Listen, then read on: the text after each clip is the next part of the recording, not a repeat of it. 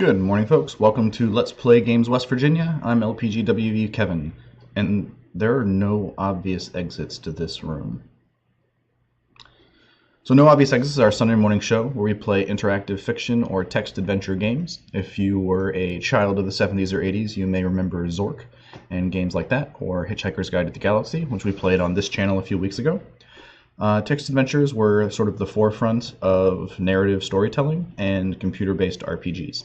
And pretty quickly they adopted some vector graphics to point you around the area, and some folks still enjoy the interactive fiction, and that's what we're doing here today.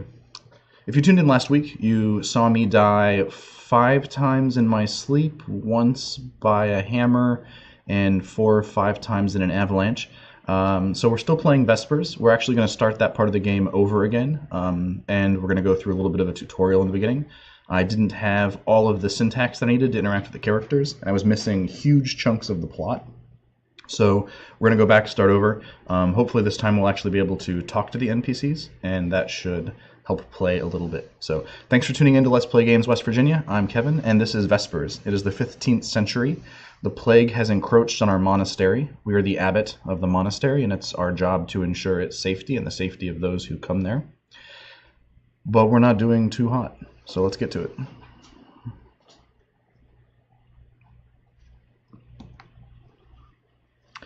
It's been 5 days now. 5 days since I made the choice. 5 days since I closed the gate.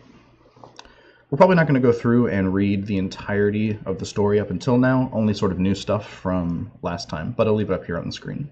But we're actually going to do the first time player should type about bit.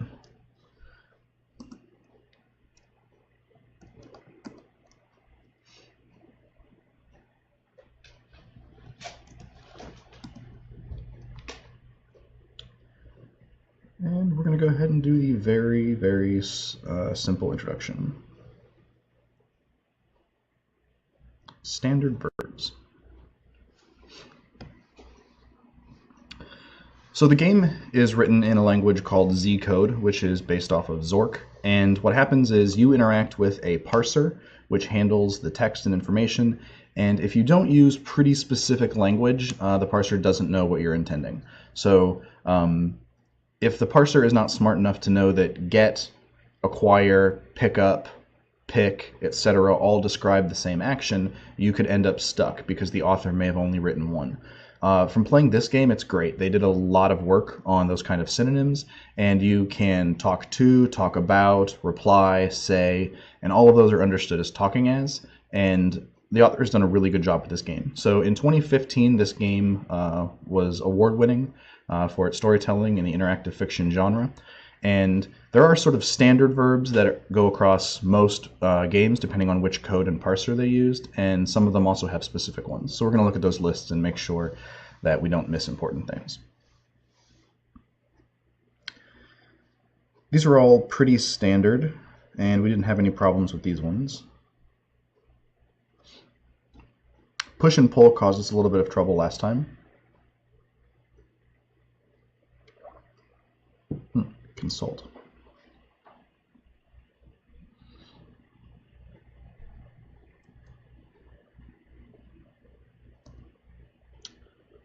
Cool. And communications.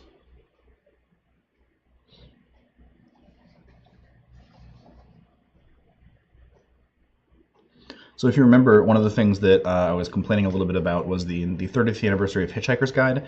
This issue with articles and prepositions was serious. You couldn't like look bed or look under bed. It had to be look under the bed or else it didn't work. So as you can see, the games have progressed a little bit and the syntax is a lot more flexible.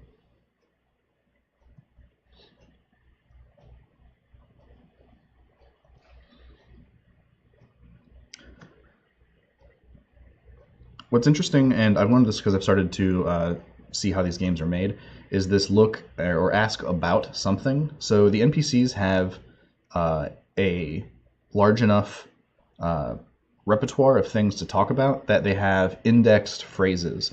So if they know something, you can ask specifically about that rather than just getting canned responses that are generic. And some of the authors of these games have actually produced tags. Oh, sorry, I didn't realize that was up. Let me turn that off briefly.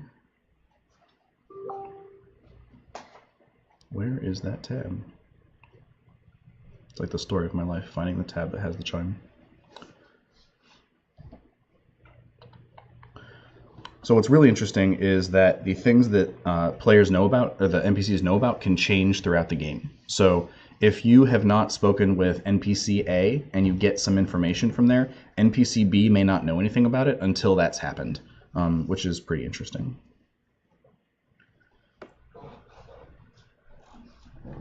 And let's look at some general tips and new verbs. No new verbs necessary to complete the game.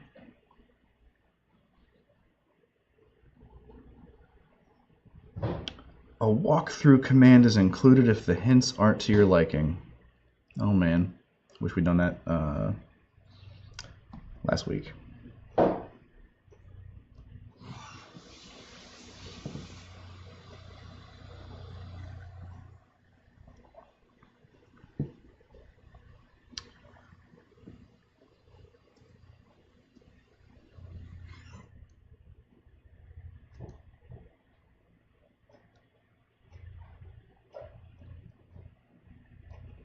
Cool. So let's get started.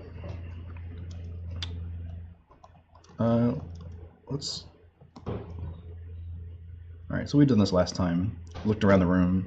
The desk is here, which we now know will be important. We will head west. I don't know if the alms box matters, but we're going to get the coin.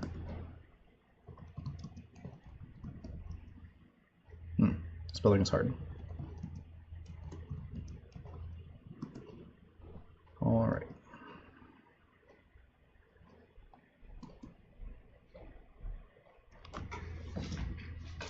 Brother Luca, face flushed, cheeks wet, storms out from the bell tower and off to the dormitory to the east, meeting your eyes only for a brief moment. You all right, brother? You ask, receiving no response.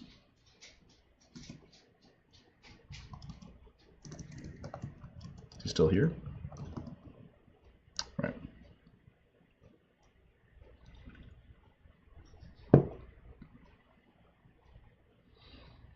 And the dormitory was to the east.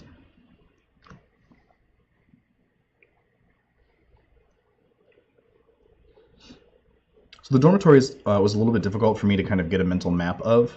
They don't have rooms per se, they're just kind of living in these alcoves off of a central chamber. So it's not just cardinal directions, there's some northeast and southeast going on, and you could exit from any one room to a primary cardinal direction or one of the in-between directions, which is a little strange.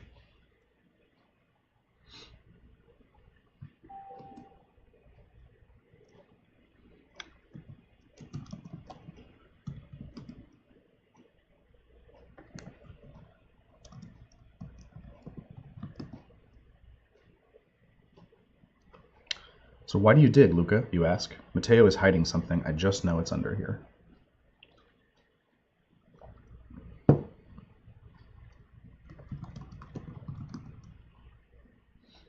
Why do you think that? The blood pours from his fingertips. I just know. He scrapes around here at night. Oh, that did not do what we were supposed to do. Leave me alone, he blubbers through tear-laden mucus that streams from his nose.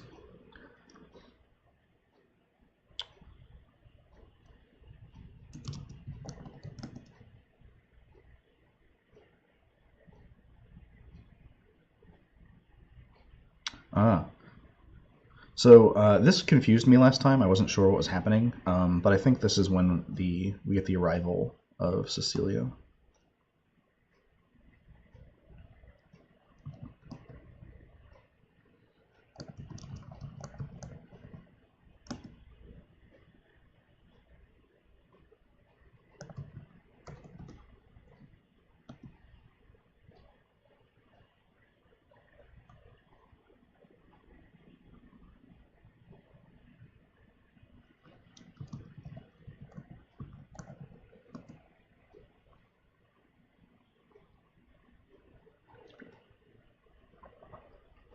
I'm pretty sure that grunting while skinning an animal and having an offhanded conversation is definitely a fine intimidation tactic even in a 15th century plague-riddled monastery.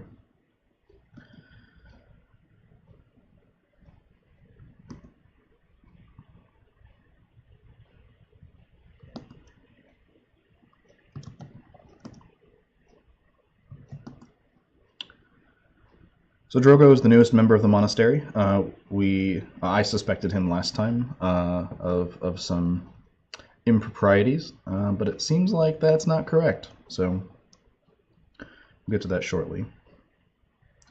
Have we been southeast? Yes. Went south, went northeast. Ignatius. He's not here.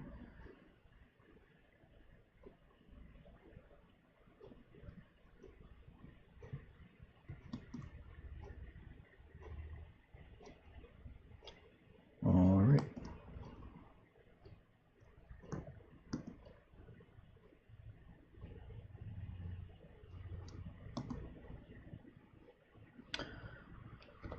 Since you relegated the brothers to pray on their own except for Mass, the church has been all but empty. Rows of pews part down the center, ushering you up to the chancel in the north, opposite the cloister in the south.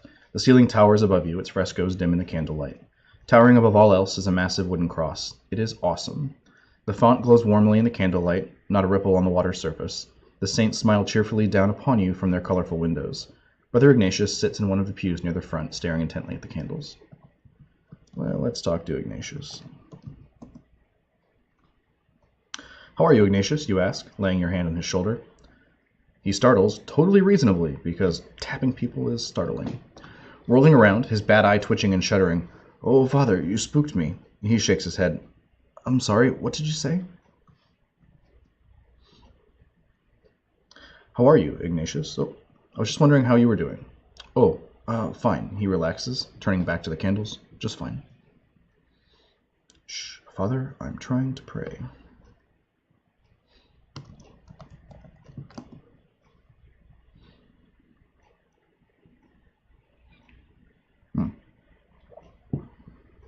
I wonder why Ignatius has a scar that left him half blind.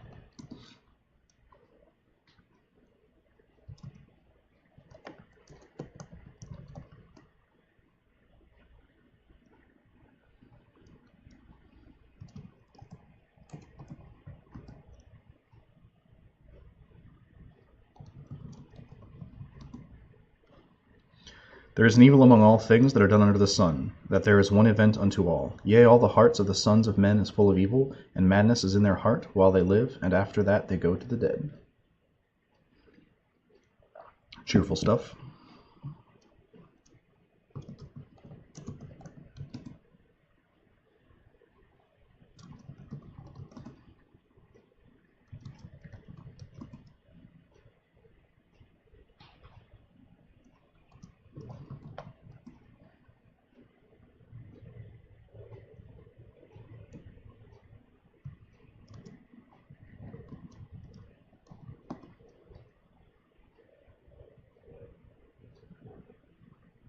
That's a strange description there. We didn't look at the font, did we?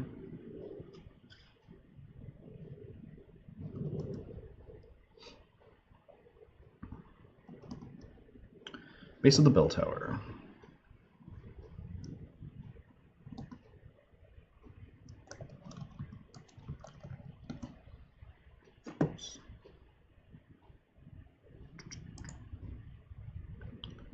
Hang on a second, I'm going to adjust the size of this window. I think that's causing some trouble. I may change something in the stream that I have to adjust, though.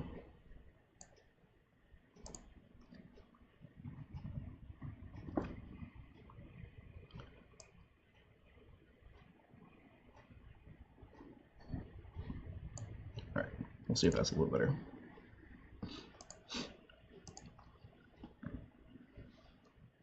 How are you, Matteo, you ask, leaning up on the rails beside him.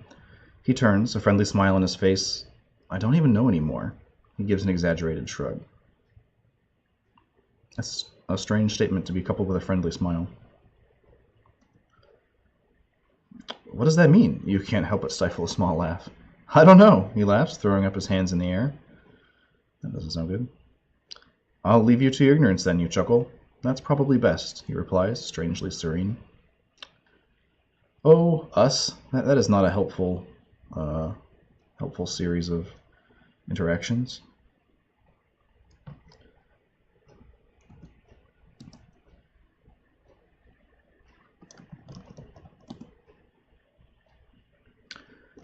Sorry, my inner 12-year-old has to ring the bell while we're up here. The bell clangs. You've never been this close when it has before. Your ears sting for a bit before settling down.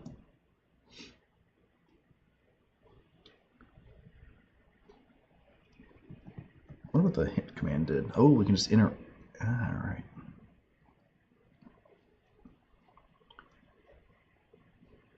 We explored, got a feel, talked to DeLuca, returned to the entrance hall. That's it. Alright. Oh.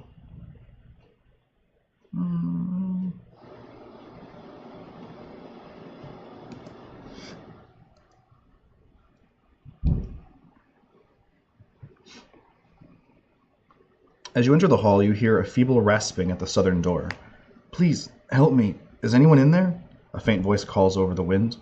Please, I've traveled for days. Roboto is a graveyard. The rats have eaten everything.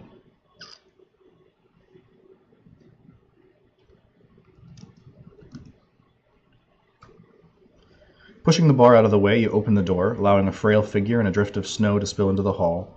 Before you, fingers bloody and faces pale as the snow it lies in, is a young woman. Her clothing is little more than tatters with stains of blood from where her hands were resting. Please, she grasps, raising herself up for a moment. I'm so cold.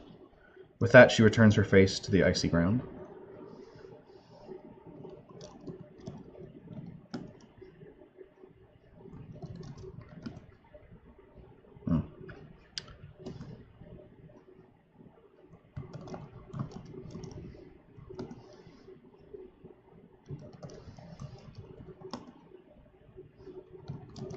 Sorry. So here was a verb problem, right? I'm trying to kindly set her down, place her down. Drop as a standard command. Luckily it knows that we intended to drop her gently. Right, I need to close this door, I think.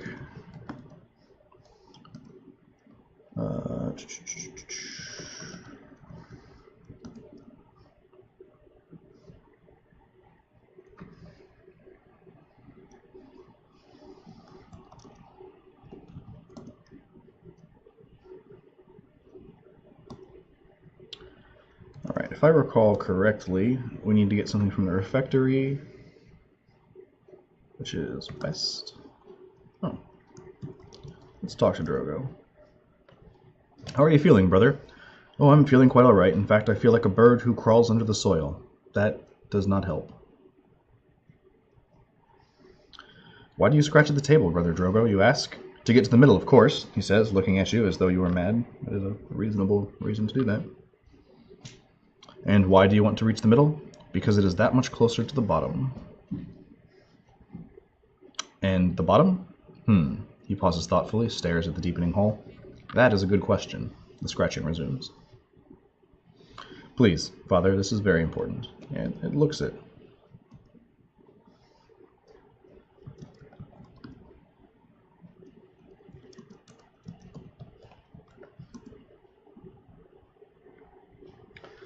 And we were attacked by a small cat.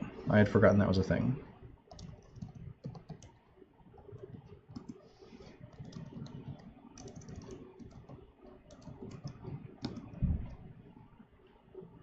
Is there a hatch in this room? Yeah.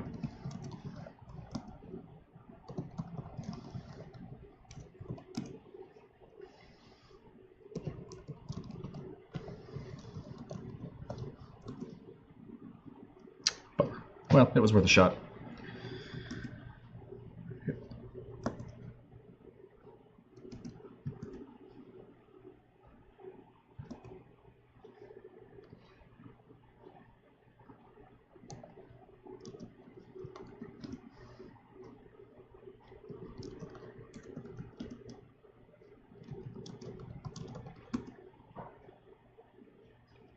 Alright, apparently that's not going to happen.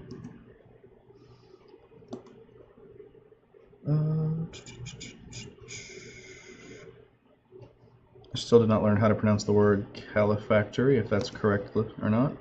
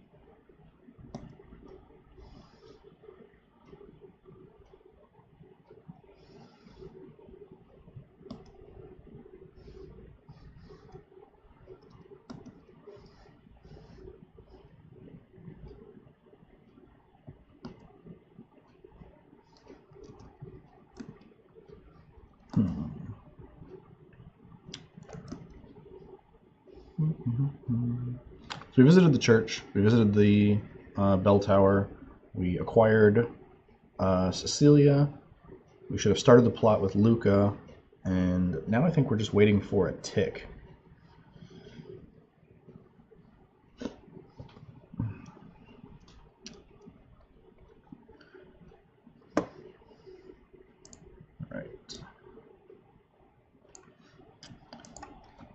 It is, however, the middle of winter, Snarf, so it is not hot, but we did in fact drop her.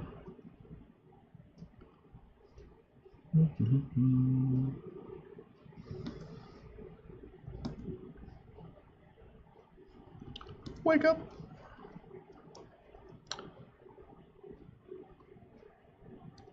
Do you have to stoke the fire? Fire. No.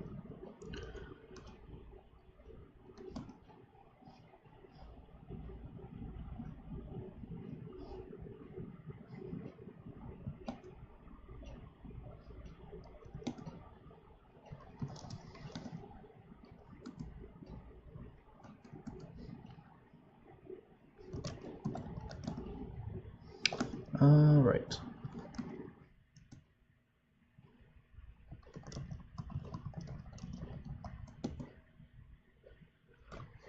You drape your bedding over the girl, and she seems to calm down a bit. The warmth is finally enough for her to stir. Food, she says, please. We happen to have food. I'm pretty sure that she is animate. The food, however, is not.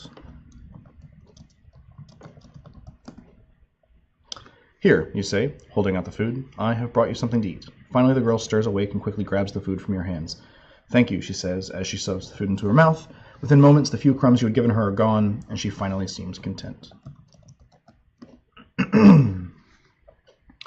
She starts slowly. Thank you for your kindness, Father. She starts, extending her hand for the packs. My name is Just then, her words are cut off by the sound of a bell ringing in the distance. Her eyes widen and the blood drains from her cheeks. There's nothing to be afraid of, you say, taking her hand gently. It's only the bell of Compline. That is why I'm afraid. Her chin drops to her chest. What do you mean? The girl turns her tear-stained eyes to you. You'll see. The bell continues its toll. 4, 5, 6. In place of the 7th ring is a scream that rips in from the cloister and silences the wind. The girl places her head in her hands with a slight sob. I'm sorry, Father, and to you too. Then turning. A garbled sob is all she can give.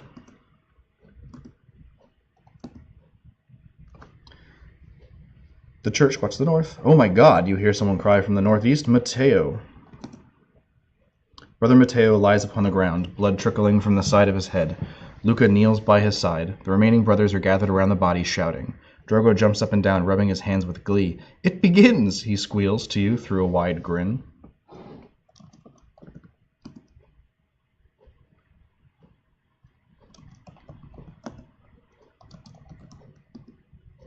Really? He looks so calm. Tiny snowflakes trace the creases in his face, lingering longer and longer as time passes. His mouth fills with snow. Constantine strides forward and smacks Luca across the face, sending him sprawling into the snow. "Get away from him, murderer!" he shouts, eyes burning. "Constantine!" Ignatius shouts defiantly, stepping between the two. Although Constantine towers above him, Ignatius looks taller than you have ever seen him. "Leave the boy alone." Drogo giggles. A rather violent cough shakes your body. Mucus cakes your nose.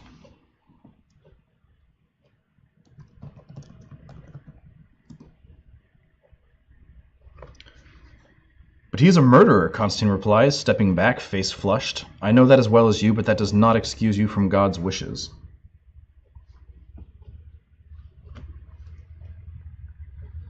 "We will lock him up in the cellar, then. Then the father can decide what to do with him," Ignatius continues. Constantine chews his lip, releasing a tiny drop of blood. "No, the cellar will not do. We will lock him in the calefactory." "Fine, fine, as you wish." With that, Constantine hoists Luca by the shoulders and shoves him towards the calefactory. Ignatius turns towards you and says, "You should get some sleep, Father. We all should. You can get to the bottom of this all in the morning." He turns and walks to the dormitory. Drogo grins at you. "Oh, the fun we'll have."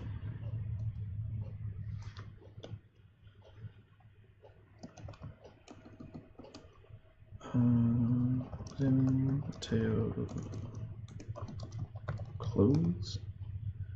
Man, alright, I know there's a thing here, and I need to acquire it, but I'm not sure what the proper syntax is.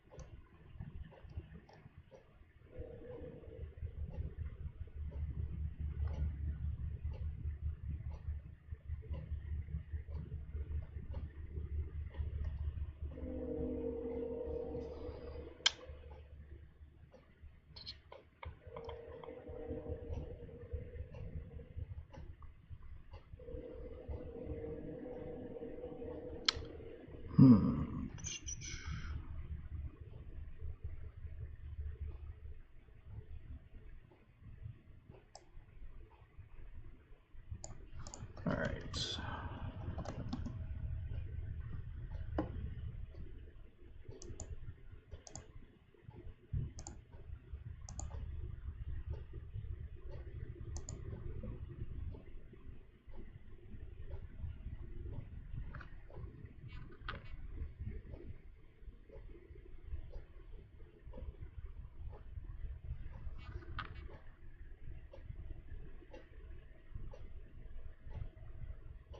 Aha, search. Search is the word we need.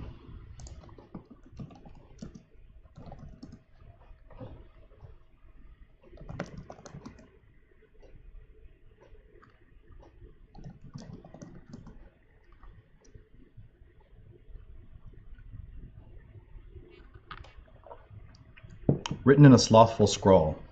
Sext, I would normally write you in my journal, but in my increasing paranoia I have hidden it. Now, I kick myself as it seems so far away. Everything is so far away. Such a burden. Luca has been pestering me to tell him what I know, but I can't. It burdens me so. I cannot do that to someone so pure. Vespers. I can take it no more. I don't care if I burn for eternity. I must leave this place. The devil walks St. Cuthbert's in the hearts and minds of my brothers. In me. I'm sorry, Luca.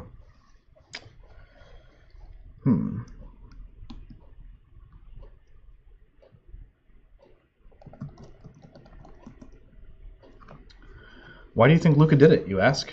Because he did, he replies, confused. Why else would one think such a thing? I mean, how do they know he did it? Oh, well, that isn't what you asked now, is it, Father? He continues. Well, when we got here, Brother Luca was already saying, I'm sorry, I'm sorry.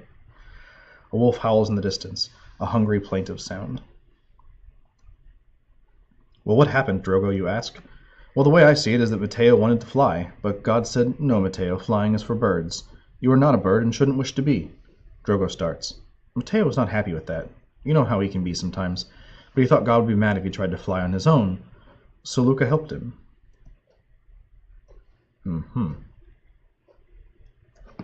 A likely story.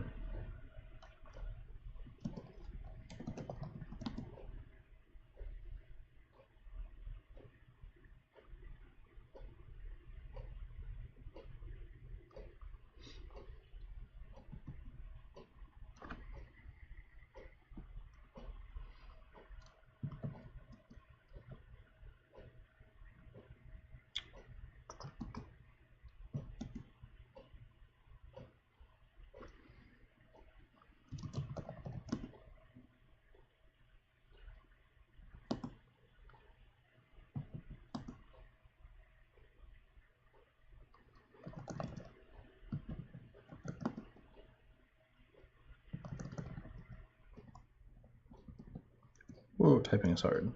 I can't remember who has the tools. Someone has tools.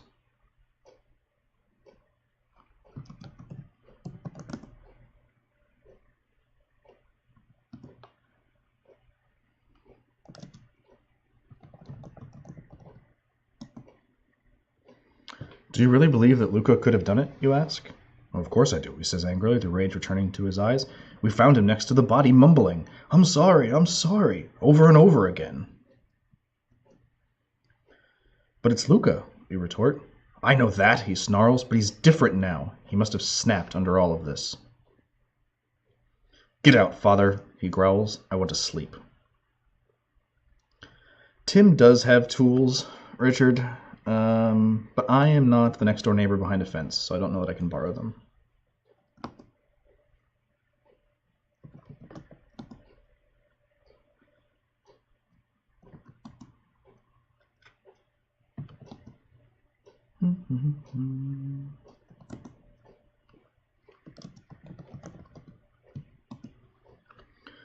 Do you believe that Luca did it, you ask?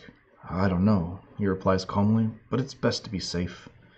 I never would have thought that Luca could have had it in him, but these trying times make demons of us all. He glances at you pointedly. What do you mean? He thinks for a moment and looks to the ceiling.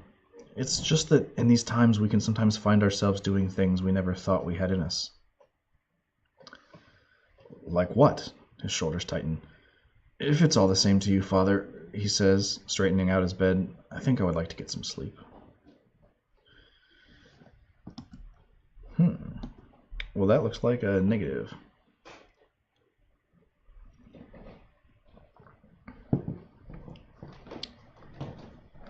I'm sure Terry will appreciate you carrying her joke, Richard.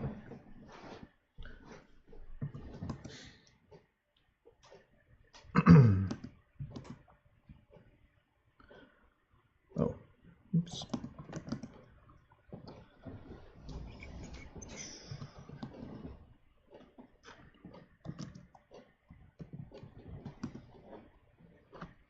About the murder, Luca, you ask. What murder? You remember, Luca, Matteo was thrown from the tower. No, he wasn't, Luca responds, incredulous. He must have jumped. Why did Matteo jump, you ask? A long, heavy silence. Because he was smart? Why was Matteo smart to jump? Because he knew what was happening here at St. Cuthbert's. What did he know was happening? Well, if I knew that, I probably would have jumped too.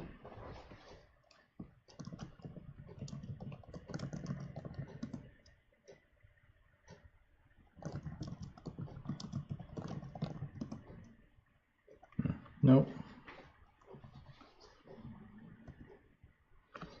Please, Father, he sighs. I just want to be alone.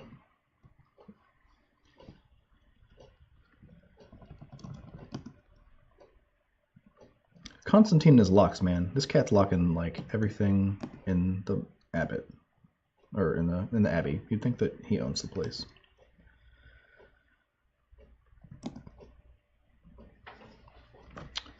The church squats to the north, her spires clawing at the sky as she tries to climb away from the earth. One of the things that I really like about the game is that the room descriptions change as the tone of the game changes, and I think that's just a really clever storytelling mechanism.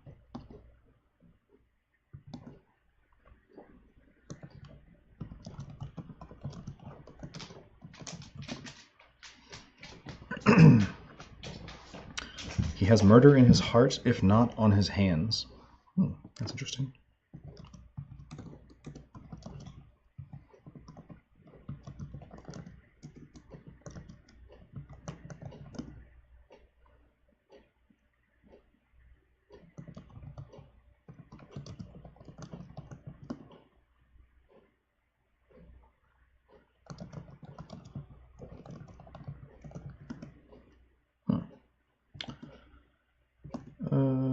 Actually, can we just talk to her? How did you know that would happen? Who are you, and why did you come? The questions come faster than the words. Calm down, Father, she says, laying a hand on your wrist. It warms to the touch and spreads life and joy and peace through your body. I'm here to help. My name is Cecilia.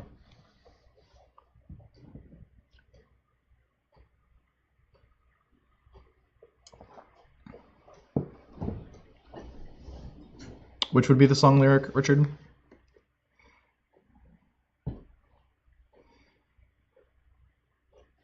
Oh man, I just realized the chat is totally not legible on the stream. Let's fix that quickly.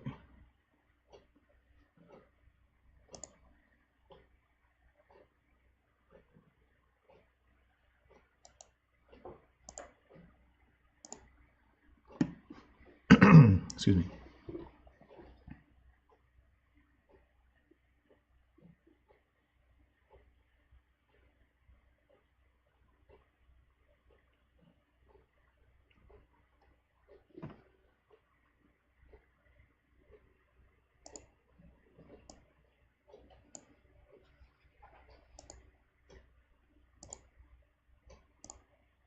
That's more better.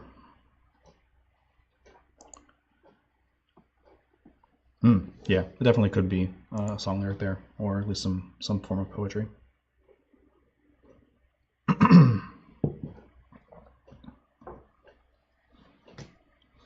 God sent me, but I am weak. My strength depends on the faithful, and your brethren have lost their way. Even now they conspire against you and me. She cast a frightened glance towards the door. Please pray to me, Father, when you go to bed. I need your strength in the midst of this wickedness. Go now, Father. Sleep. She casts one look at you before closing her eyes. But be careful. There are many that intend you harm here. Well, that's lovely.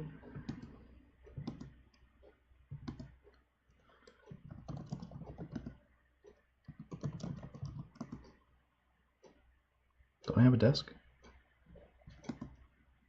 Oh, I'm in the archway. Whoops.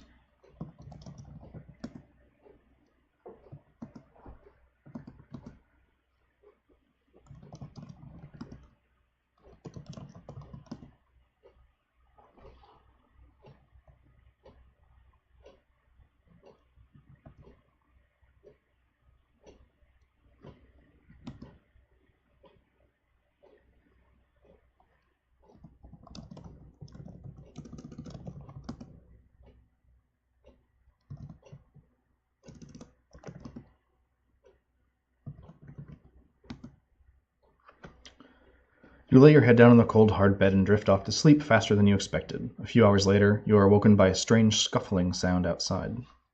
If you remember last week, this was the first time we died. We didn't know that we should move the desk, and someone came and slit our throat in the night, so that was happy.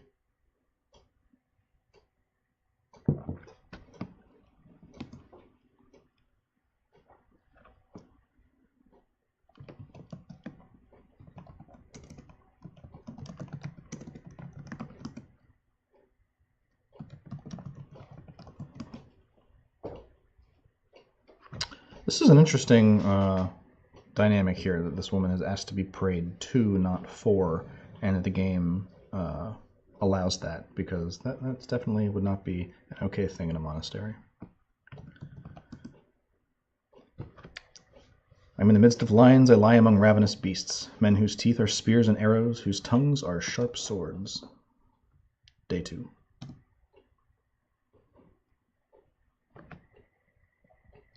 Father, Constantine's growl is clear. Wake up! Luca has escaped.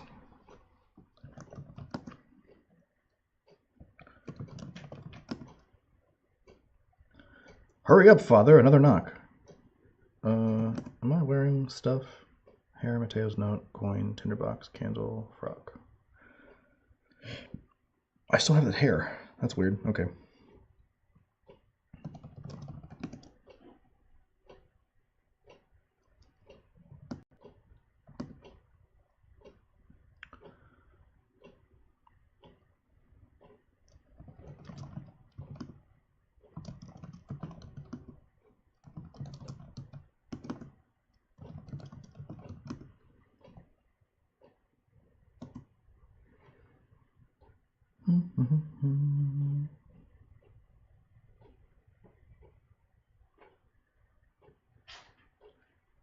Wait, where is Cecilia going?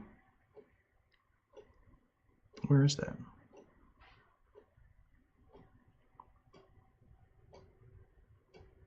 Well, Constantine must have gone to the califactory, since that is where Luca was. See, he shouts, pointing aggressively to a gaping hole where the lock used to be. The bastard kicked it out from the inside. The broken boards are smashed inwards, and there are no splinters on this side. A slight hint of red sparkles in the wood. Constantine starts mumbling curses under his breath as he pulls some tools from his belt and begins repairing the door. I don't think that's the case, man. What makes you think he escaped, you ask, running your hand over the door. Because the door's broken, you idiot, he shouts, his face burning. No one else would want that murderer walking St. Cuthbert's. But, you try. Just shut up, father, and leave me to my work. I'm trying to work. Can we go southeast? This is probably a mistake.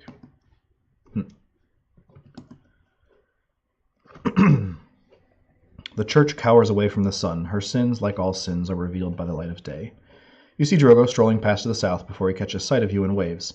Father, Drogo squeals, skipping towards you. I was just about to come find you. You must come with me. It is so beautiful, he says, grabbing you by the arm and tugging you towards the church.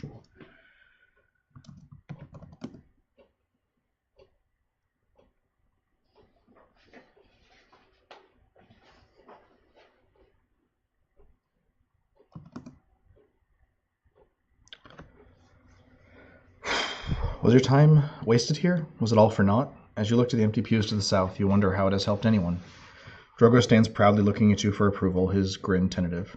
Look, father, he says, dragging you before the cross. I made it all by myself. Looking up, you see what Drogo was excited about. Matteo dangles from the cross, vicious holes in his hands and feet.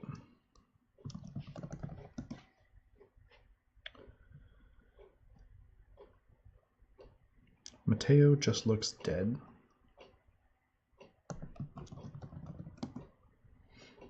What have you done, Drogo? You ask, the blood draining from your face. He barely hears you. It's so beautiful. Matteo died for our sins, just like Jesus, and he deserves a cross too.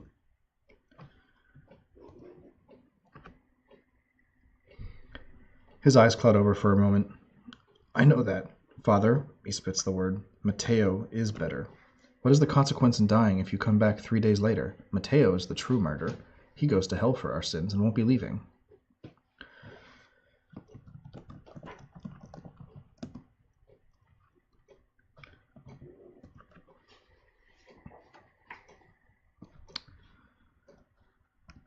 Is there anyone else here?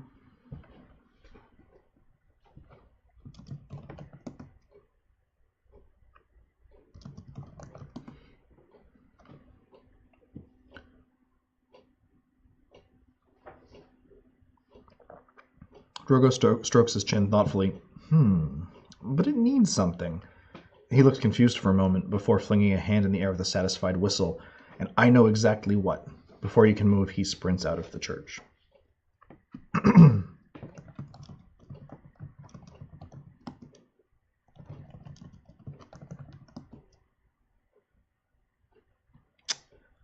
Well, that is a bummer.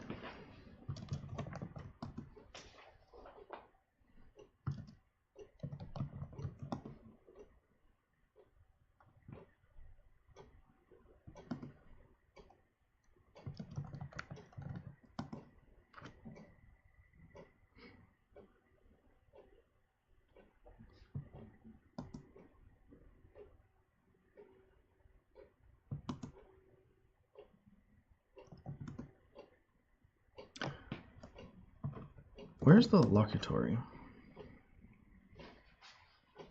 South is the colonnade. West is the refectory. East is the dormitory. Southeast is the calefactory. Northeast is the bell tower. Where's the locutory, man? I have no idea where that is. Yeah, it is, Richard. It's a dark story. It's really well written, though. But it is definitely not a happy kind of playthrough. Do you remember where the locutory is? Because I certainly don't. Oh, her room is the locutory. Oh, right, because that's the place where guests stay.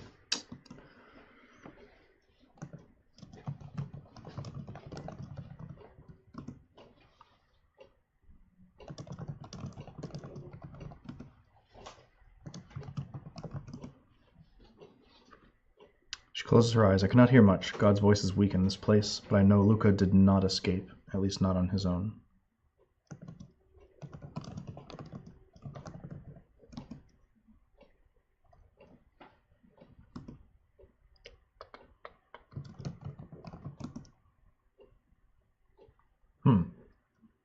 Buddy, you and Abbott, that's not important to you.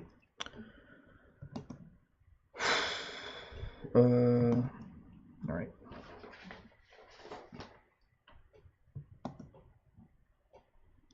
The sun's light does nothing to warm you, but instead it burns your eyes with its fury, nothing like the cool darkness inside the monastery to the north.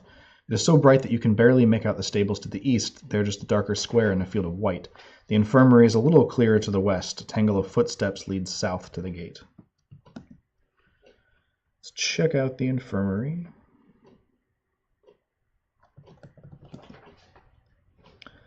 The smell is bad, although not as bad as you'd expected it to be. Constantine must be keeping up with dealing with the dead.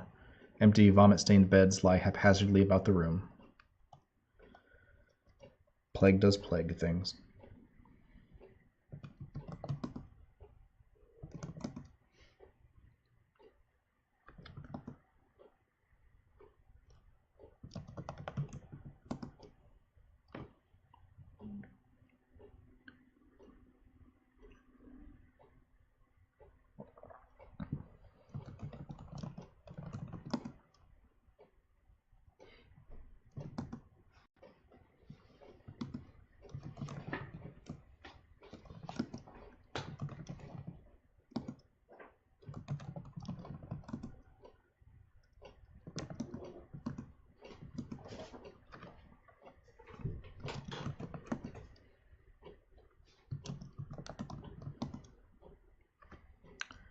Aha! Not all of the horses have starved. Some tried to escape. The gates are mashed and torn, but none of the horses were strong enough to break out. Their hooves are bloody and raw, their heads soft with bruises. Wait, one still moves. She is sore and thin, but she lives.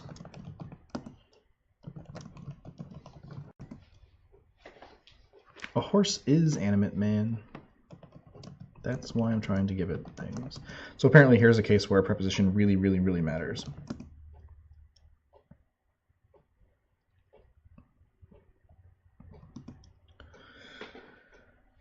We're in... Actually, can we save this? Yes. We're going to save because this was a decision point last time that got us to a point of no return where we either didn't have enough information, but yeah, we could not get out of that avalanche, so I'd like to save here in case we have to come back. Oops.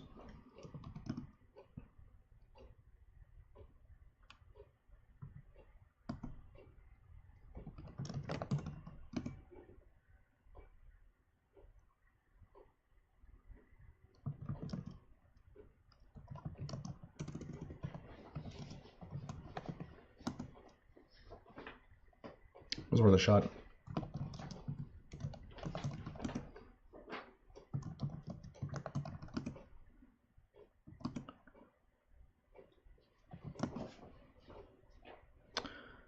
So here Drogo is apparently acquiring thorns and briars. That doesn't bode well for our buddy Matteo.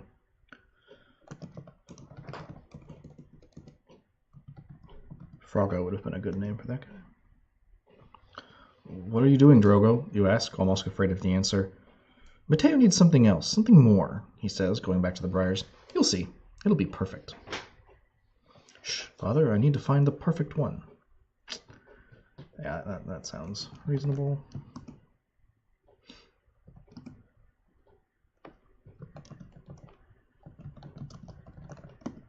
Is that a thing?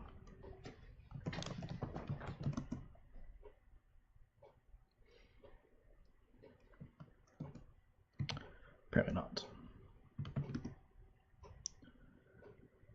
I am not quite ready to attempt to leave again. I think that will result in dying.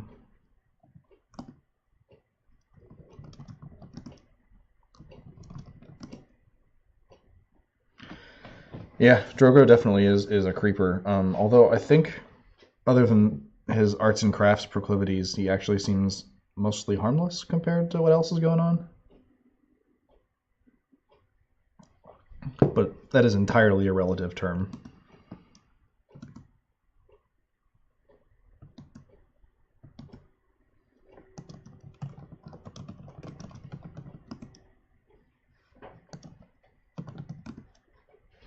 Go find Luca, she says, pointing to the door. If you're in trouble, pray to me and I will do whatever I can to help. Yeah, that's really weird advice there, lady. I would like to find Luca, but I have no clue where that cat is. And my mental map of this entire place is apparently reversed.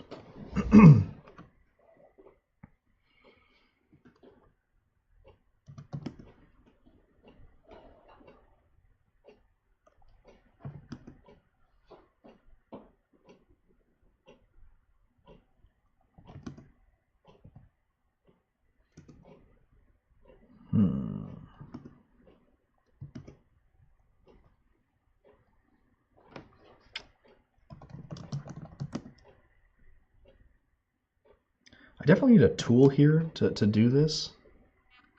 Can I use the coin?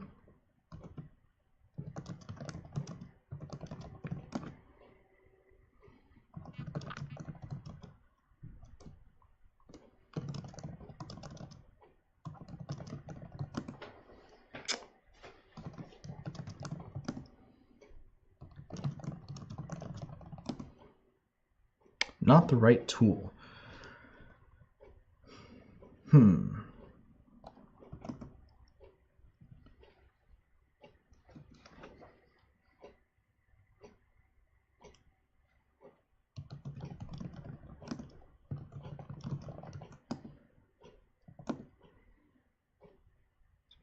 right, so that was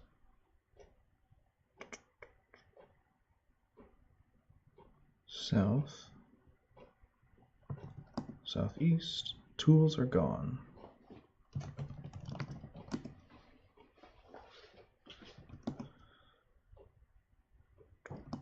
I think it's east, north, southwest,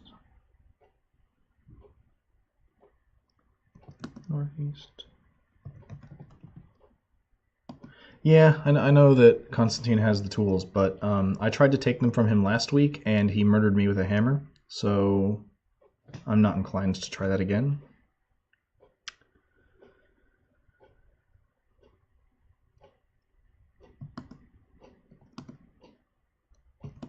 I try to go south, man.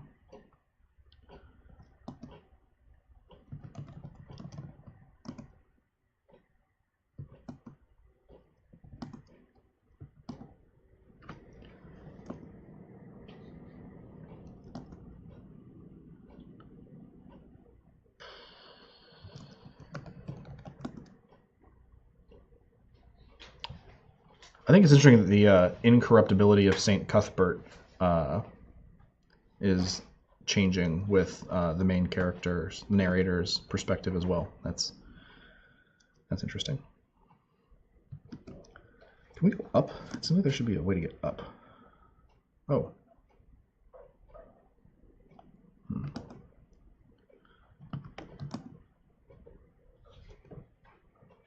Up and north are the same here. I think so is in.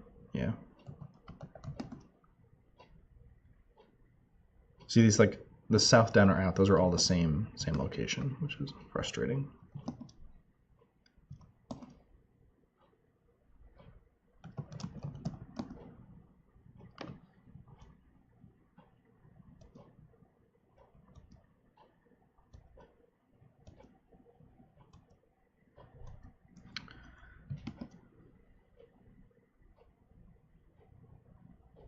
Oh, interesting.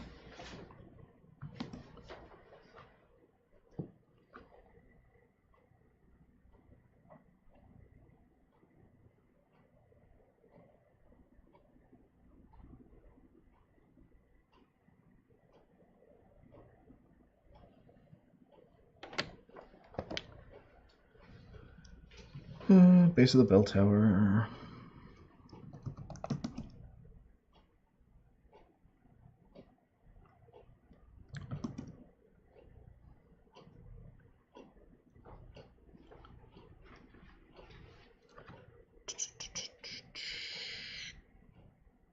South is the hall, west is the refectory.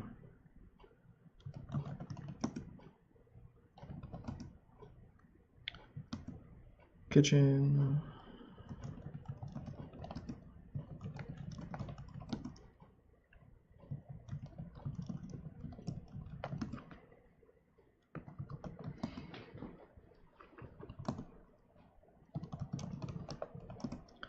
I mean, it's pretty clear that Constantine is doing some shady stuff and that it has to deal with this hatch and all of the other things that he's locked in the monastery. But I don't know how to find the key or get to him.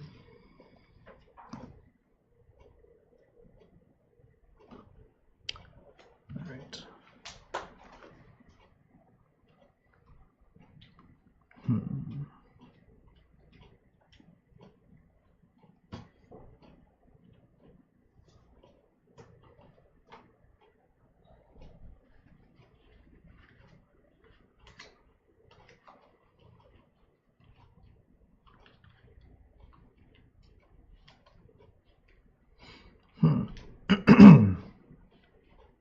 Have we seen Ignatius today on day 2? I don't recall seeing him.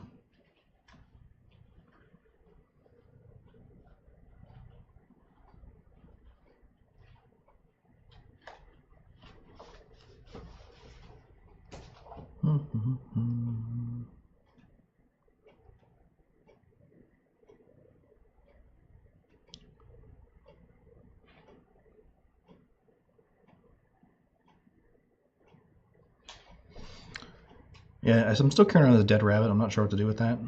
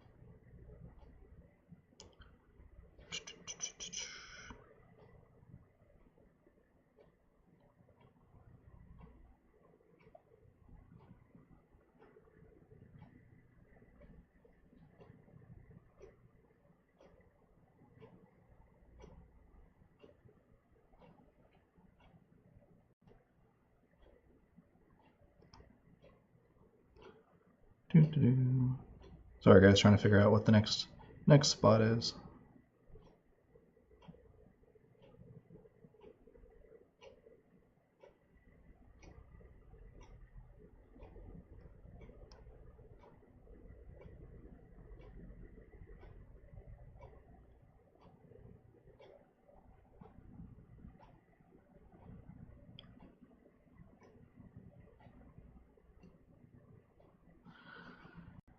All right, I'm not sure where we're supposed to go from here.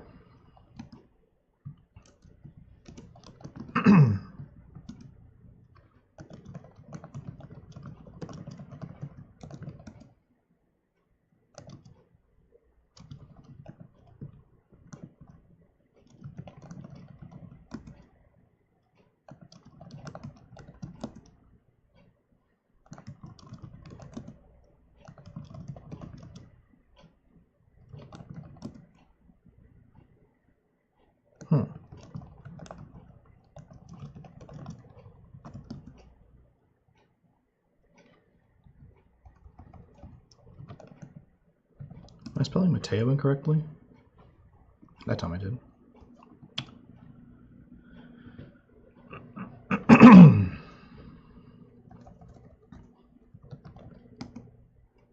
Aha, so apparently we just needed the right order. Drogo crucified Mateo. Your words are flat, lifeless. Damn it, he slams the hammer extra hard and turns to you. Why did you let him out? He massages the hammer gently. Well, you deal with him, because if he comes around here, I can't guarantee his safety.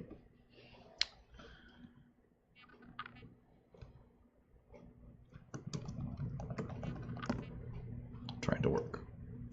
Can we go southeast yet? Excuse me. Man, it still doesn't clear it up.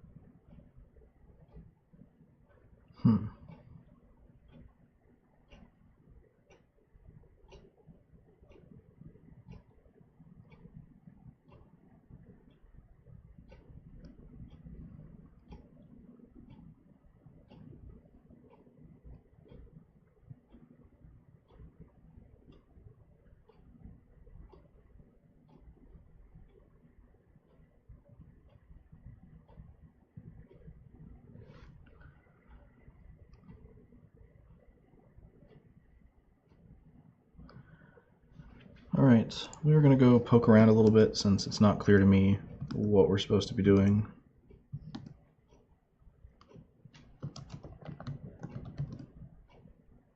Two sets of footsteps, one that go both in and out, another one that goes out. Mingled among them is a strange pattern in the snow. It looked as though someone was using two hot pokers as walking sticks, one in each hand. There was no cutlery in the rack, Richard. It was just where cutlery goes, unless you saw cutlery somewhere that I just missed. I don't know how we deal with Drogo. We need to find Luca, but I don't know where he's at.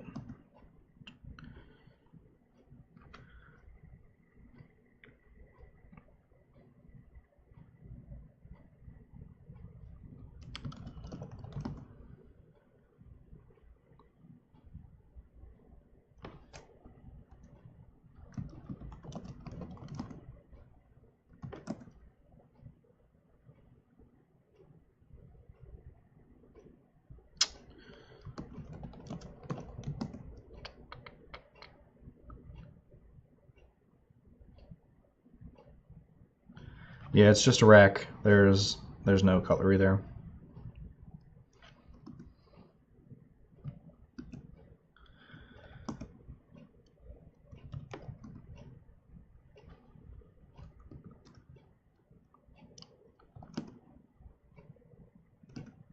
Oh.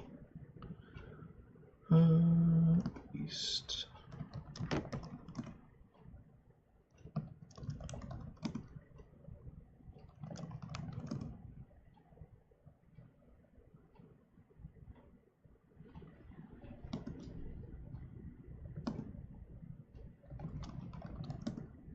Oh, we're died.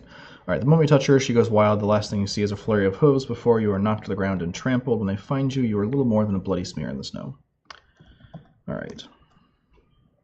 Previous turn undone. I don't remember how we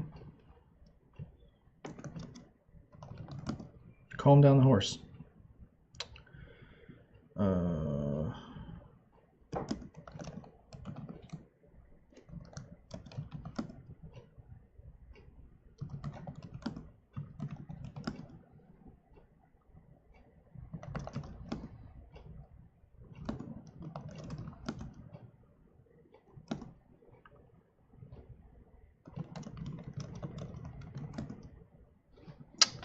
Horse is not interested in a hare. All right, that's fine.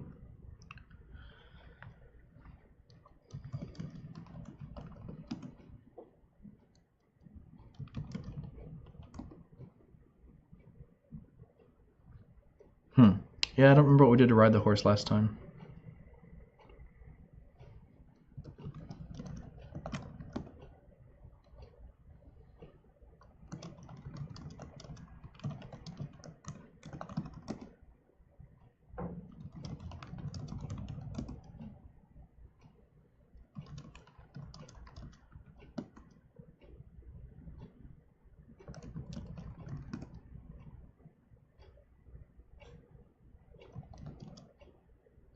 Yeah, I tried to feed it the hare. It didn't seem to want that.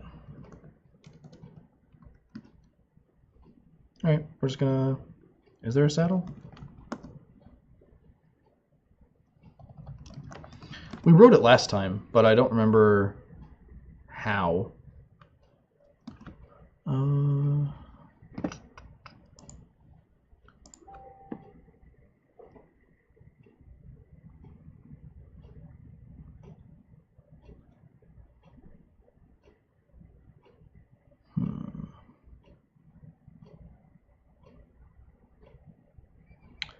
Yeah, we did that. It didn't find anything useful.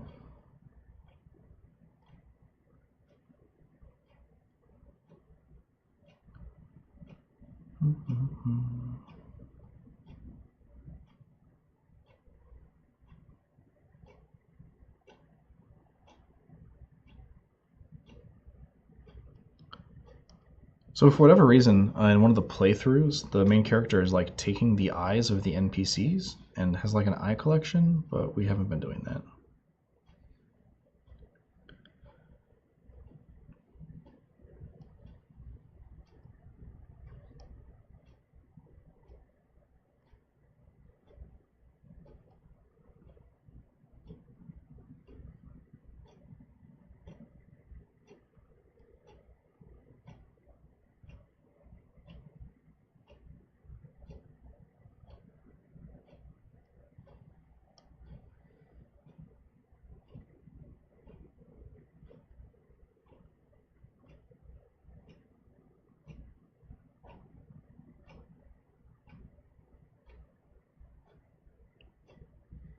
Whoa.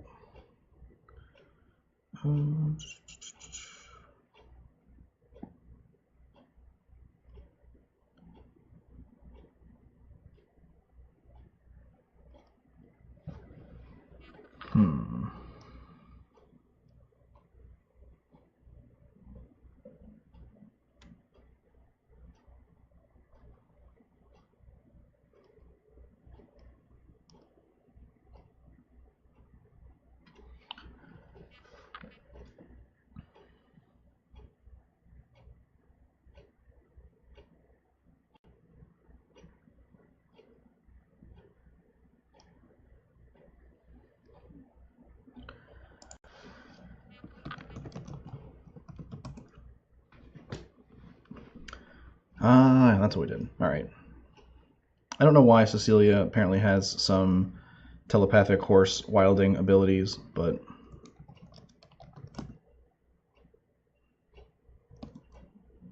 there we are. Is the horse here? Yes.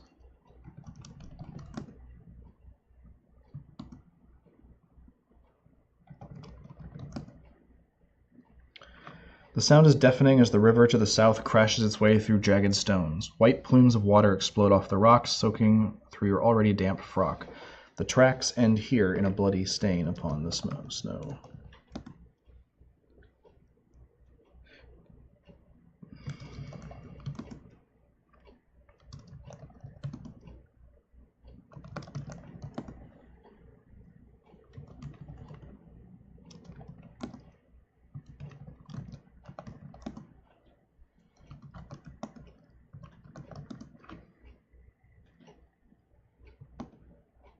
And we died.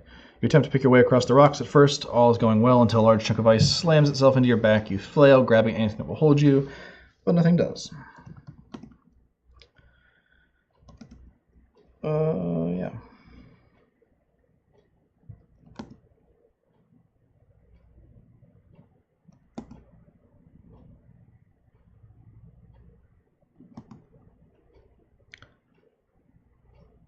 Oh man. Crap, we're stuck in that same spot.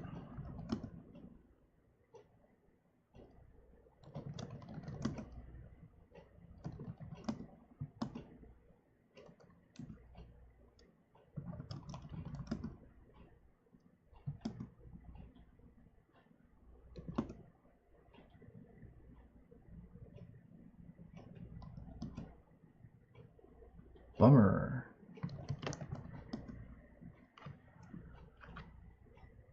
At least this isn't too far back.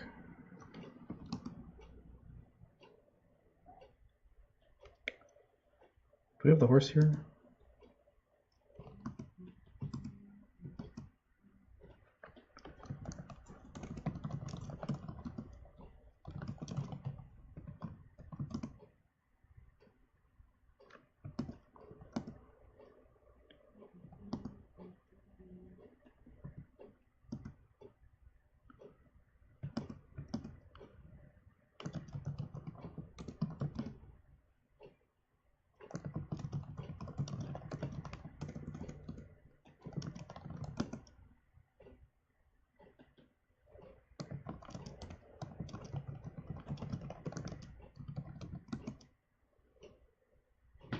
He is not as mad as he appears.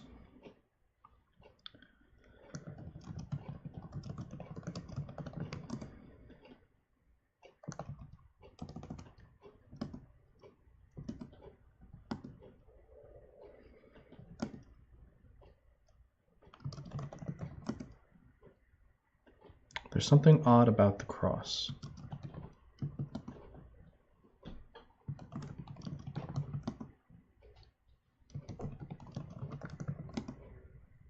What's odd about the cross? Melting snow forms a pool at his feet.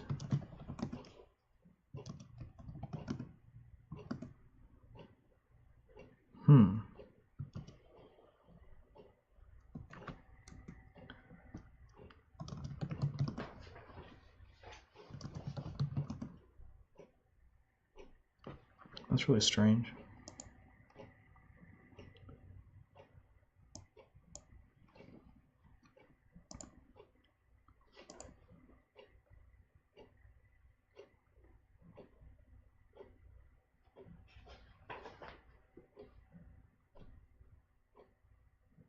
Well, yeah, there is a dude on it, but that's actually not strange as far as the story goes, so...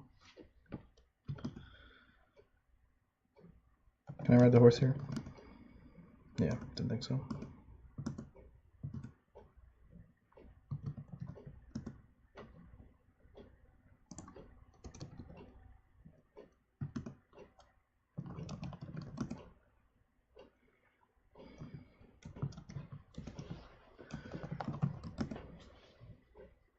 Two steps are now tangled.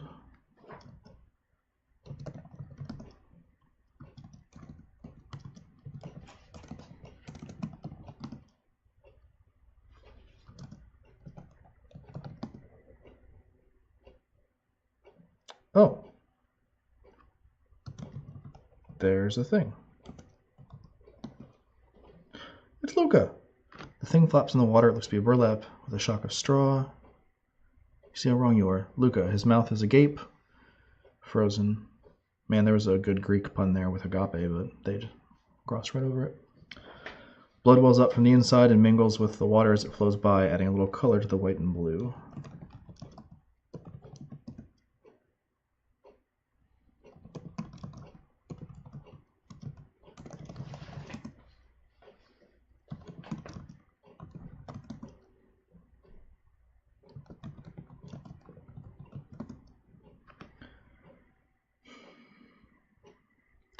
You touch the body briefly and feel his bones ground to meal inside. He is soft and bruised from the fury of the water, but the deep, sharp wound in his back looks more like a knife wound than anything done by nature. Oh, Luca. Digging through his frock, you find a rough piece of paper. It's wet, but holds together as you pull it out. On the front, written in apparently indelible ink, I've tried praying, but my thoughts still torment me. No one listens, so I will write. They always say God sees everything, but maybe he just doesn't hear everything. I don't know what to do. Mateo tells me something strange is going on, but he can't tell me what. No, he won't tell me what. He's afraid of endangering me, or he doesn't care. I can't tell with him anymore. He doesn't care about anything anymore. He says not to trust anyone. Wonder if that applies to him as well. He's changed, and he never kept secrets before. He says not to trust even the father. He says he has changed the most. And on the back, written in blood, Mateo is dead, and he was right. Everyone has changed.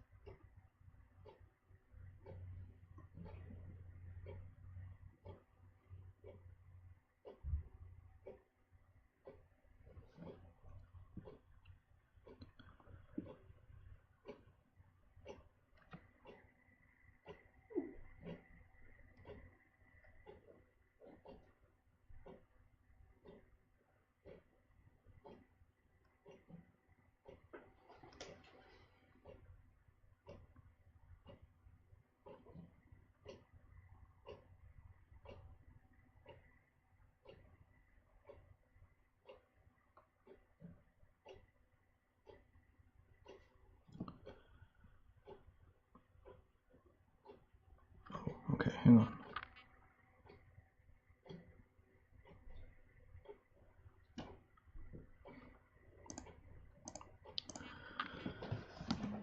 All right.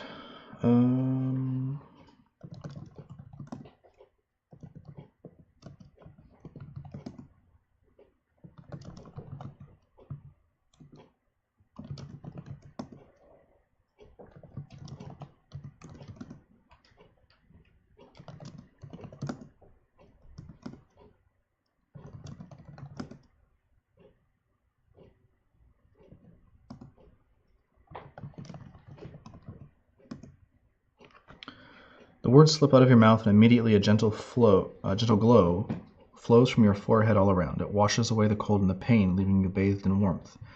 Eventually it subsides. You feel no different than you did before. The crackling sound is joined by another, a more diffuse sound, a rumble. You run north a little ways, but it does little good. The avalanche still approaches. The rumble turns to a roar. Waves of snow begin coasting down the hill in an avalanche. The horse snaps out of its stupor, ears shooting up. Before you can move, she bolts off down the path. Guess we will follow. Trees are snapping like twigs, joining the slide. The sides are far too steep, it is here.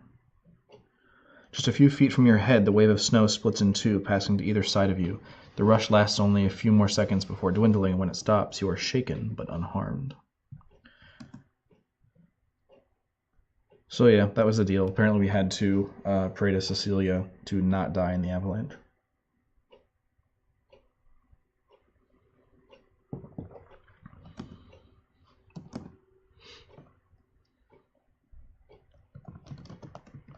We lost our horse, though.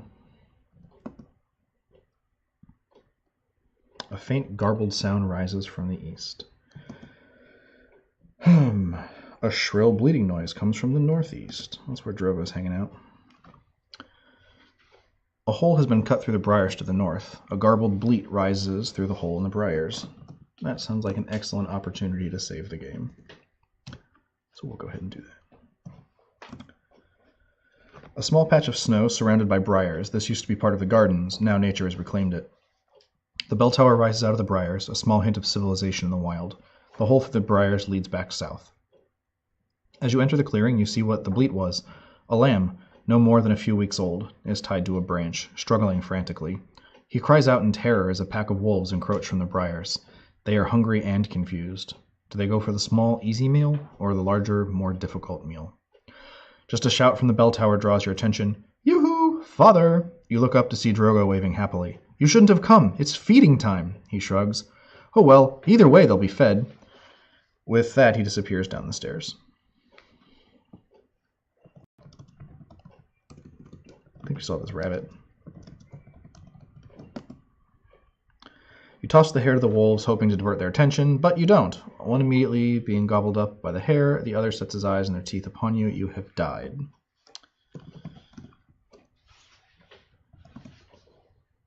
Can we go south? The wolves bound in from the north. Can we go south again? And we died.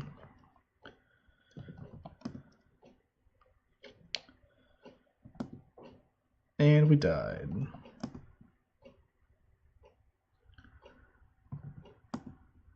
And we died. All right.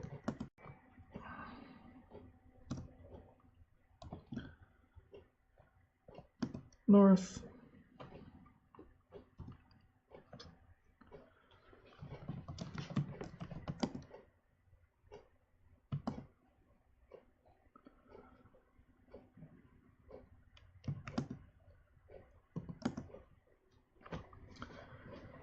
Alright, I'm on the roof of the stables. The wolves prowl around the stables every once in a while, attempting a little leap up the sides. A chill grips your body, you shudder uncomfortably.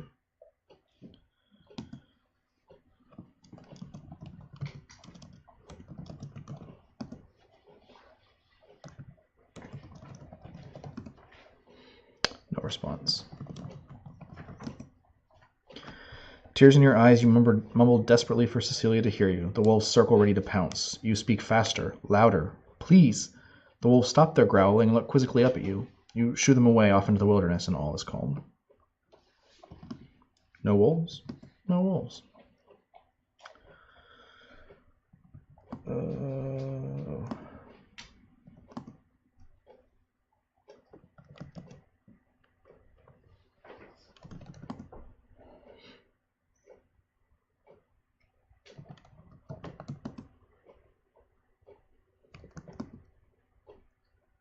Oh man, that was it. There was like nothing to do there. That's a bummer.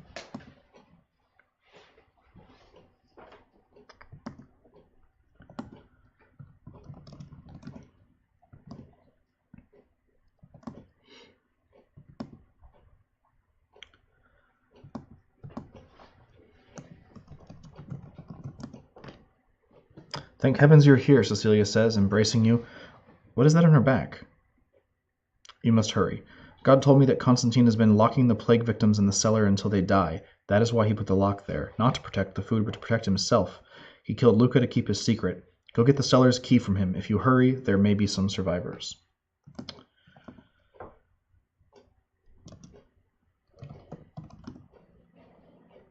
A blackish red spill marks the ground.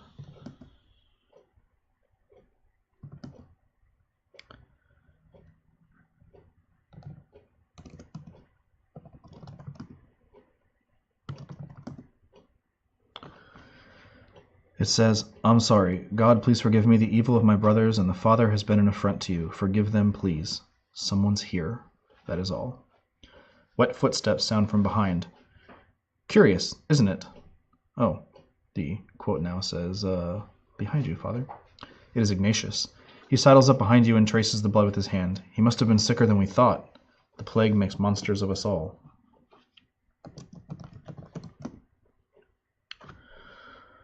What do you mean, you ask, edging towards the door? Ignatius laughs, a cold and dead sound. You know better than any of us, Father.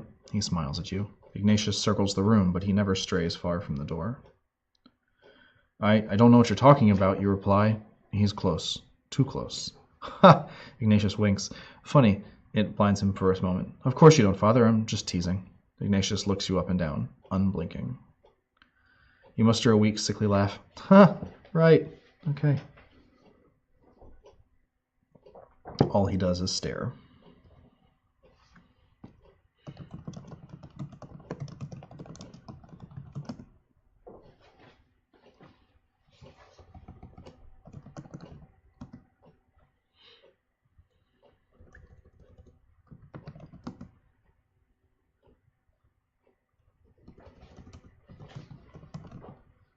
This might be a mistake, but...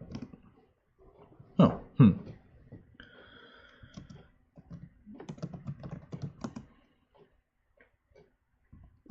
Is he gonna, like, let us out?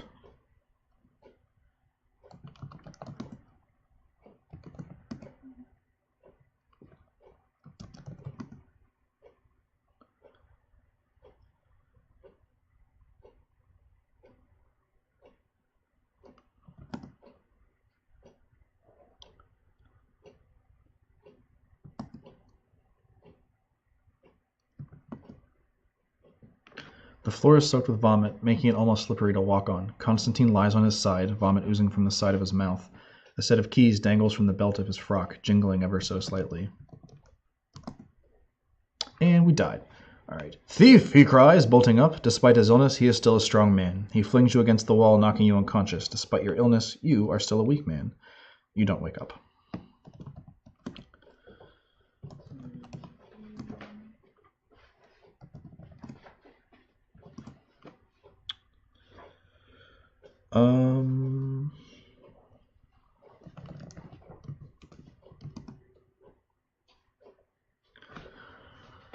Okay.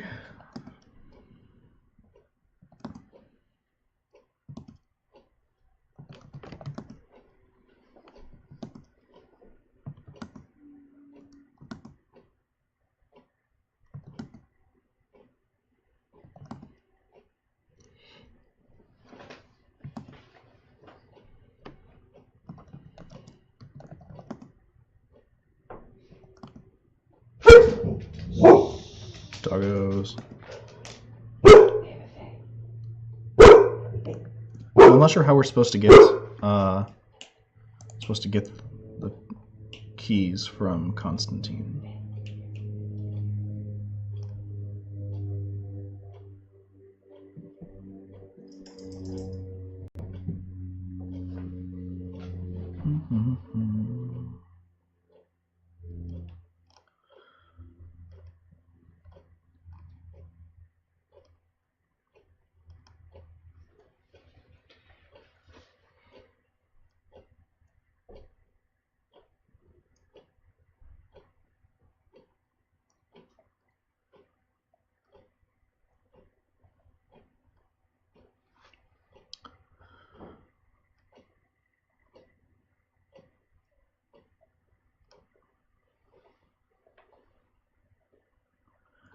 Yeah, that's kind of what I was worried about. I think that we are not a nice person.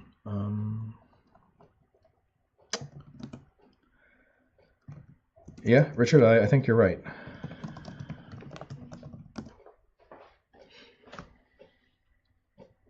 Oh, the quote at the top is interesting.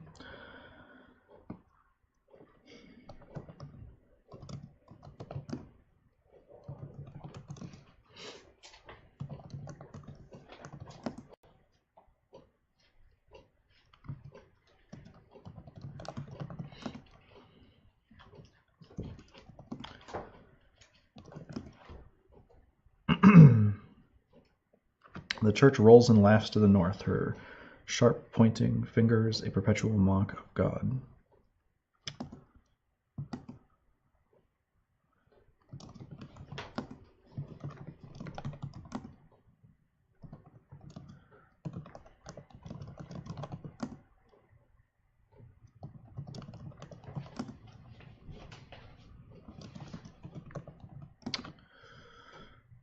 So I guess we just go down.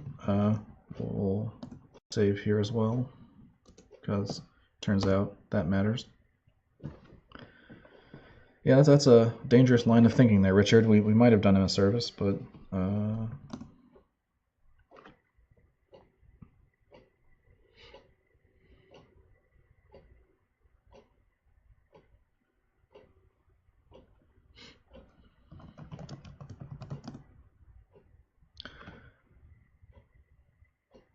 dozens of bodies fill the cellar, waist high in some places. The faces are familiar, if not for the plague and decay. Hollow eyes drill into you from all sides. The flicker of the candle makes the corpses writhe and dance. There's a little food left. An old cask of wine sits against one side. A pry bar leans propped up against the cask.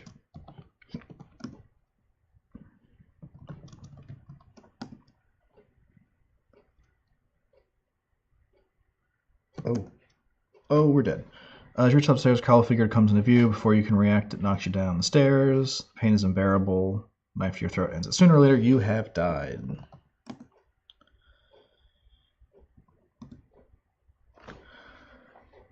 Damn, you hear someone curse from the kitchen. The footsteps grow faster as they rush to the stairs.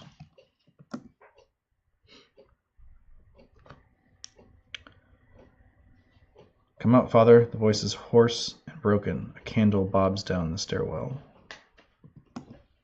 And we died.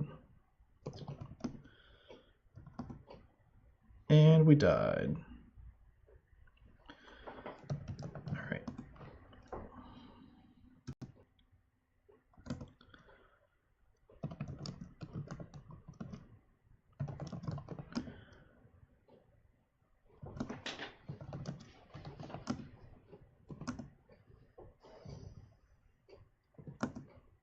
And we died. All right. That is the wrong tab.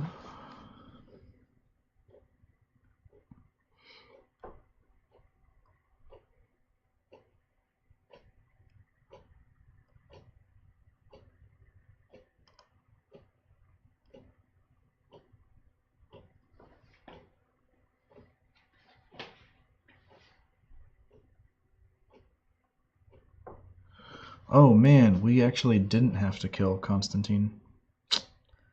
That's interesting.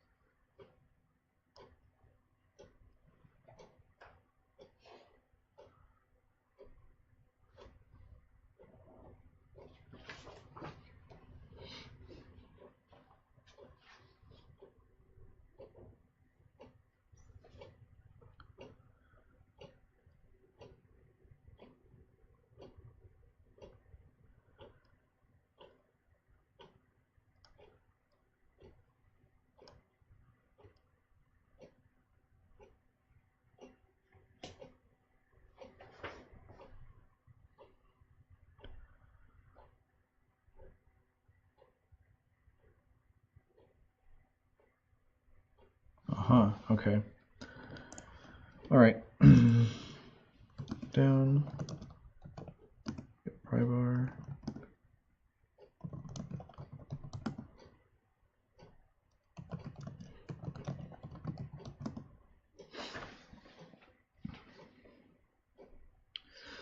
So apparently we're gonna hide in a pile of plague victims. That's what we're doing here now.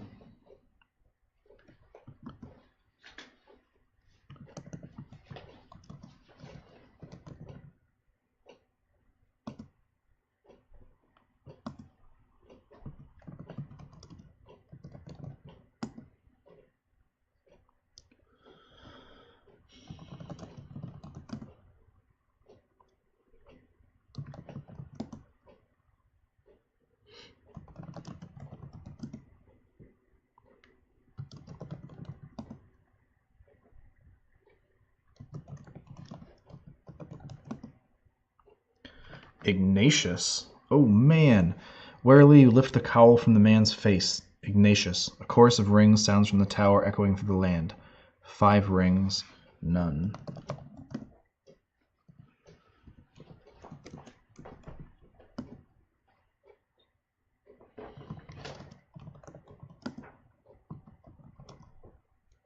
Oh wait. We didn't search to see if there's anyone down there.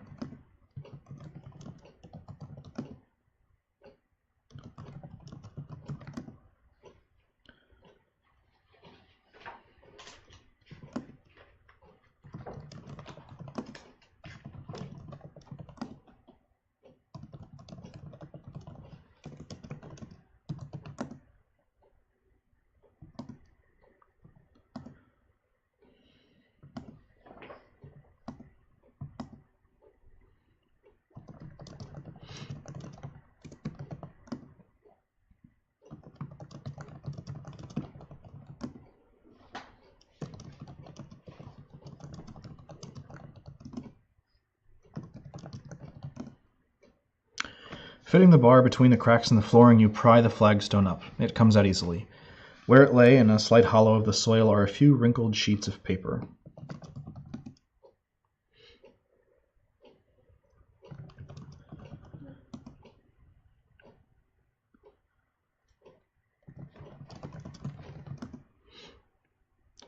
January 14th or 12th.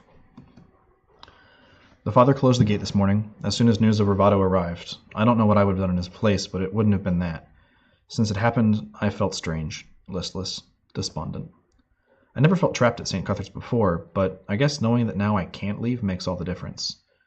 I'm tired. I felt tired all day, but at least now it is appropriate to sleep. The father's plan did nothing. The first signs of the plague appeared this morning. Already the infirmary is as full as the dormitory is empty. I feel worse than I did yesterday, not from the plague, I'm still healthy. I just don't want to do anything. I just want to sleep. I don't appear to be the only one who's out of sorts. The 6 of us left are all a little different, except Luca. He remains the shy child he always was. I don't know what it is. Perhaps we're all just having trouble adjusting to the space. I spend all my time in the tower. It was always empty. The change isn't noticeable up there. Vespers. I was right. We are different. Drogo, while never the model of normality, has been acting even stranger of late. He spent all this afternoon in the garden, talking to things only he sees. Constantine, too. He's been dragging sacks from somewhere in the refectory. I asked the father, subtly, if any food was being delivered to the monastery. He said no, but he didn't leave it at that. He's become so paranoid and inquisitive lately. I don't know about Ignatius. He's always in the infirmary or the church, hidden from my eyes. I don't appear to be the only one out of sorts. Oh, wait. That's annoying that the more button doesn't drop you to where you left off.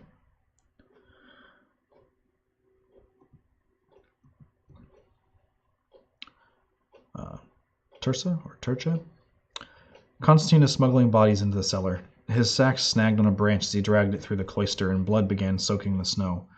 I know I should do something, tell someone, but I can't. I don't want to burden Luca with what is going on, and I trust no one else, especially not the father.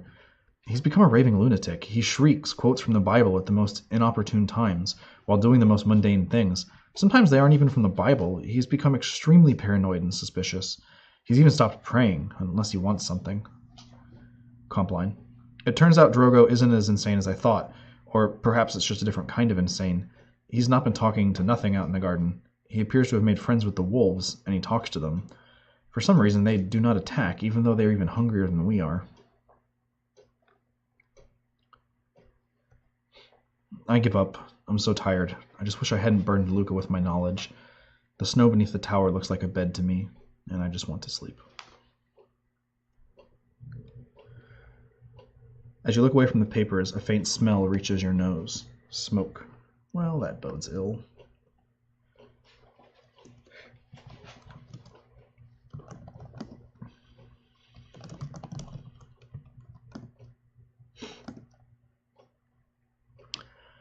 The smell is even stronger here.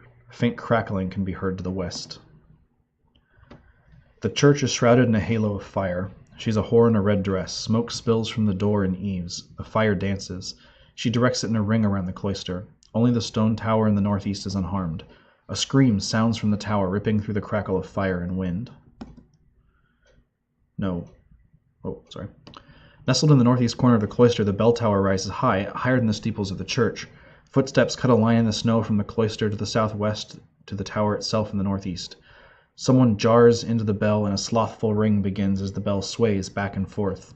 1, 2, the momentum slows. 3, 4, 5. It sounds like it will stop. No. 6. Vespers. Flames lick the side, casting jagged shadows around the bell. They try to climb over the rails to consume you, but they are too weak. Stone is not appetizing for them. Cecilia stands tall in the tower. Her hair whips about her face, dancing in time with the flames. You've done well, she grins. She has so many teeth. Come, it is time. Cecilia leads you down the stairs, the flames cowering away from her. Her hand feels so soft. She takes you to the church. It's time you left that shell, she croons, stroking your cheek softly. Oh, I missed that last bit. Can we see that? No, it's just gone. Bummer. Waves of heat wash over you as Cecilia leads you into the church. They do not burn, they soothe. It feels like home. Finally, it is right. The pews are full once more. Drogo has been busy, sweet Drogo. Those troublesome saints have been ripped from their glass houses. They lie in shattered pieces along the ground. Fire peers in through the holes. It laughs, talks among itself. Drogo chitters excitedly. Isn't it beautiful, Father? He's not looking at you. He looks to the ceiling. Cecilia rolls her eyes. It is time. She smiles at you. She is glorious, bathed in radiance, bathed in blood. Come, Cecilia croons. You look so filthy in that shell. She leans in, jutting her tongue down your throat. Delicious. Come on, just drop it. Her words drip, filling your ears with honey. Time passes slowly. The father's body is fragile, drained. You stumble. His body is beginning to weaken. His pain is yours. It is infuriating. Humans are so weak, aren't they? Cecilia asks, poking at your sagging limbs, your festering wounds. You cough, parts of your lungs sputtering out in a shower of blood. Damn mortals. Possession is always so much harder when the shell is weak. Drogo looks over with concern. Are you all right, Father? He asks, rushing to your side. You stretch your wings and stomp your hooves. It never felt so good. The air tastes delicious now that it is not breathed through that weak human nose. Drogo screams, a delightful sound. He rushes to your old body, lifting it into his arms, murmuring sweet songs into its ears. Drogo weeps into the father's hair, his body quivering. Cecilia smiles at you. Okay, apparently we are a demon of some sort. You've done well, Cecilia croons as she paces around the church. St. Cuthbert's is ours. The father was such a fool, she continues, gently running her hands through a corpse's hair. Before we came here, he moved blindly, God directing his every motion like a puppet. She pauses, glancing at the ruined priest. You gave him freedom. You gave him choice, direction. Without us, he wouldn't have even known he was alive. She laughs, a dark sound, an angry sound. But I can't believe you didn't push Mateo when you had the chance. She grabs your wrist, driving her nails deeply between the scales. It took all I had to convince him to jump. She laughs again, this time lightly. Humans are so weak. Still, things worked out well enough. Well, I do suppose it is time to be getting back, Cecilia muses. St. Cuthbert's was only the first. With that, she splays her fingers and a fissure tears through the church. You take her hand and walk into the rift. The screaming of the damned are sweet music. The chorus welcomes you home. It is over. You have found one of the 3 main endings. If you would like to see the others, type alternatives after you restart the game. Whoa, that's crazy. That's not kind of where I thought this was going. So I was looking at one of the playthroughs, and apparently we didn't have to kill Constantine. We could have put wax in his ears, and he wouldn't have woken up when we took the keys. So that's crazy. I kind of would like to see what the alternatives are without doing a playthrough. If you do not want that spoiled, feel free to pop off here and come back later. Oh, restart, not restore.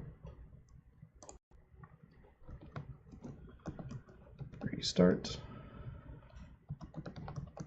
Whoa. Alternatives.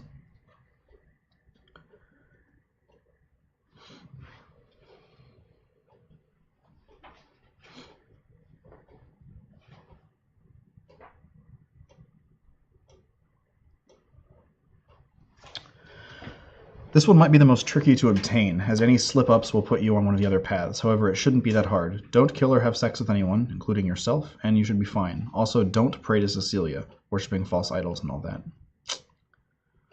Middle. Just don't kill or have sex with anyone, but be sure to commit some sins. Praying to Cecilia is the easiest. And this is definitely the easiest. Feel free to kill and pillage and sell your soul to the devil once you're on this track. It's impossible to get off. Man, I don't know. I don't know how we were supposed to figure that out. That's pretty crazy, because I think that, I mean, I guess this is maybe fair. I think until we killed Constantine for the keys, like, we were on a generally okay track, except I guess for the praying to Cecilia. But that seemed like something the game required you to do. So I'm not sure how you would complete the game without that, because you couldn't ride the horse. You couldn't survive the avalanche.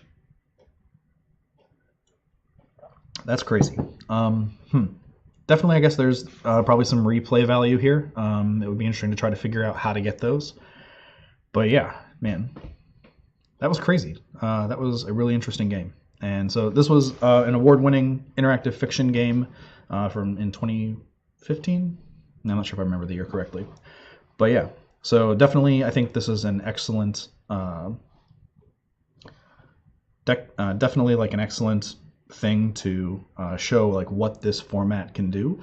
It's a compelling storytelling device. It's interesting to be able to wander through the game. It's this kind of mix of sandbox but also guided paths. But there are times where the game, hard funnels you into a few choices. Yeah, it's a really interesting format. I enjoyed these games, and I hope you guys enjoyed playing along with me. Again, this is LPGWV Kevin for Let's Play Games West Virginia. Thanks for tuning in for the second and last iteration of Vespers. Those of you in the chat, thanks. Richard, thanks for the help. Thanks for, killing Constantine there. And we'll see you guys soon. Please remember to tune in tomorrow for Poke Mondays at 8 p.m. We also have a scheduled stream every night of the week, which includes Andy on Tuesdays and Fridays, Katie on Wednesday, SMP playing Hearthstone on Thursday, Jagro on Saturday, and me Saturday and Monday currently. So our programming is going to change here in the next couple of weeks and months, so definitely tune in, and thanks for following.